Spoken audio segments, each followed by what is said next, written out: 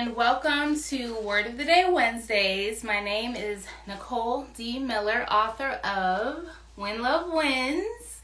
When Love Wins is an urban, fast-moving tale of two young women dealing with heartbreak, overcoming, grief recovery, mental health issues, parent-child dynamics, parent absenteeism.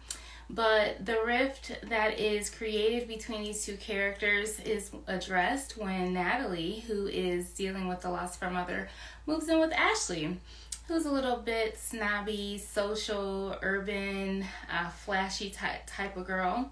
And she doesn't take too kindly with feeling like she's moved in on. And even though Natalie is recovering from grief, Ashley's too self-absorbed to see it. So the two come to a head and we learn about how healing, forgiveness, and sisterhood rules in this tale of When Love Wins. If you'd like to learn more, you can go to whenlovewins.love. Alright guys, so you guys know that I do Word of the Day Wednesdays every week to piggyback off of my latest blog. My latest blog is The Power of Control, and you can learn more at NicoleDMiller.com. The Power of Control, I basically share about a childhood experience where I just remember feeling a loss of control. I felt powerless, I felt voiceless, and it was a smaller incident when it comes to childhood incidents, but it must mean something because it stands out in my brain as something significant. And I just remember how those feelings of loss or voicelessness and powerlessness resonated in my heart because people were making decisions that concerned me and I had little to no say-so in those decisions. So the blog talks about an incident where my mom and grandma were choosing for us to switch hairdressers. Now, anybody in the Black community knows this is like a big deal. If you are switching your hairdresser, you need to have a really good reason. And it's like this unsaid rule of loyalty to your hairdresser. It's kind of like if you were to be a church hopper, right? People kind of would look at you sideways like, well, you don't have a church home or you don't have a consistent space where you fellowship. And if you're someone that just kind of goes from space to space to space and, fellowshipping, people kind of look at you a little bit like it's taboo. That's how it is when you switch your hairdresser, at least how it was back in the day. Now, because now that I'm natural, I do not go to a hairdresser. I haven't been to a hairdresser in a while. I do have a hairstylist who trims me, a good friend of mine, and I do have a braider. But as far as going to the beauty shop, that has not happened in years.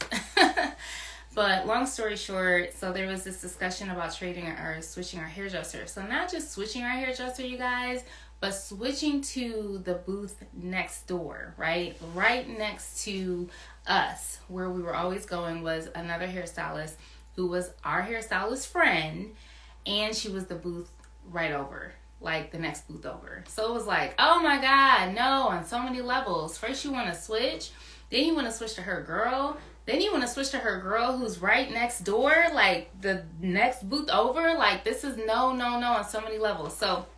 But I'm 12, they were adults, and I had no say-so.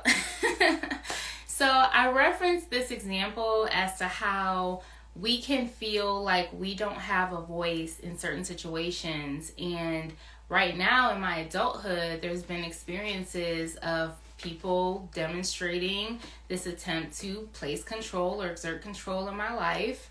And what I've learned is now I'm heightened to that because of having that experience of someone else trying to exert control over me. Now I'm heightened to that, and even if it's perceived, I'm heightened to it if I perceive it. And sometimes I can be wrong and sometimes I'm right. So I share in the blog these experiences and am honest about my own tendencies of exerting control over other people. That has been a long season of growth for me, to just have a level of self-awareness of my own dysfunction, of my own levels of toxicity, which we all have, and growing and doing life with other people who are growing too, and us kind of, helping each other and support each other. So I have a comment on here. I thought you were talking about church homes. What are church homes? You have to give me more context. I'm not hip to church homes. But is that like when you do church at a house? Is that what you mean?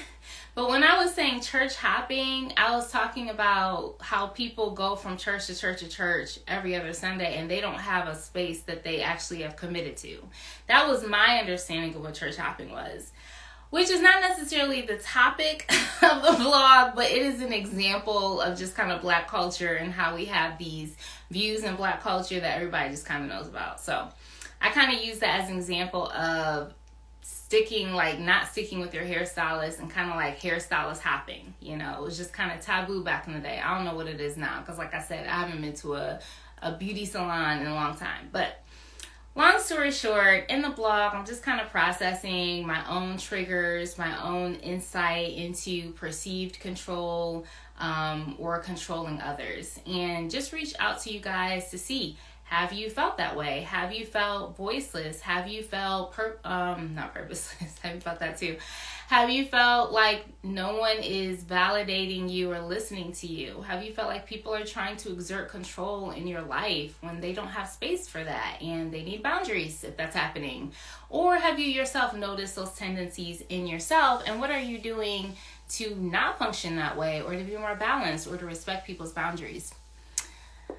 Oh, okay. So he said, I thought you were church hopping. Your church home is the one church you commit to. Yes, that is correct. Your church home is the one you commit to. I will be honest, I don't attend a traditional church. I have a spiritual group that I've been a part of for almost 20 years. And we have adopted more of a structure that is closer to Acts 1, when they had church in people's houses. So we've kind of adopted that. So we don't have like a building. And interestingly enough, we haven't met in a long time physically since the pandemic. So a lot of our meetings are virtual or on a call, and sometimes we actually meet in my house. So, but church hopping, I would say I don't identify with that because I have the same group that I've been a part of for 17 years now. So thank you for chiming in. I appreciate that. All right, so that pretty much covers it. If you guys want to learn more and read more about the blog, you can at NicoleDMiller.com. You guys know I have done the launch for the pre-sale for When Love Wins. If you have not seen my Instagram, my social media, you're not on my email list, I don't know where you're at because you should be paying attention.